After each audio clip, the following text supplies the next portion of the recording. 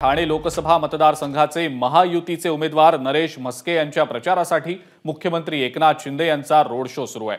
मुख्यमंत्री एकनाथ शिंदे यांच्याशी यावेळेला एक्सक्लुझिव्ह संवाद साधलाय आमचे प्रतिनिधी मिकी खाई यांनी। ठाणे लोकसभा मतदारसंघातील महायुतीचे उमेदवार म्हस्के यांच्यासाठी स्वतः मुख्यमंत्री या ठिकाणी रोड शो घेत आहेत। साहेब, मोठा शक्ती प्रदर्शन होतोय, काटेकी टक्कर आहे, तुमच्या अगदी जवळचे निकटवर्तीय मानले जातात म्हस्के साहेब।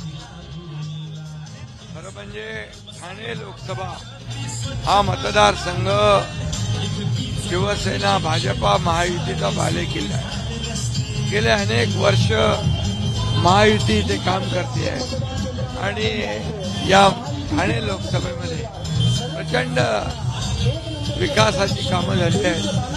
2 वर्ष आपल्या महायुती सरकारने केलेलं काम आणि 10 वर्षात मोदीजींनी केलेलं काम हे लोकांसमोर आहे आणि या कामाची पोचपावती जनता देईल, कारण जनता काम करणाऱ्या लोकांच्या बाजूने असते।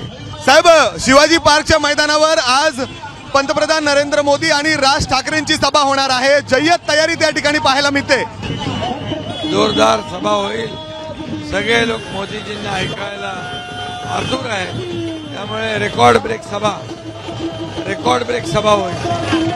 साहेब, तर दुसरीकडे जर आपण बघितलं तर बीकेसीच्या मैदानावर शरद पवार, उद्धव ठाकरे, अरविंद केजरीवाल या सगळ्यांनी आपली ताकद त्या ठिकाणी लावलेली आहे, जेणेकरून आपण बघू शकतो की महायुतीला कुठेतरी बीकेसीच्या मैदानावर सुद्धा जोरदार सभा तयारी सुरू आहे।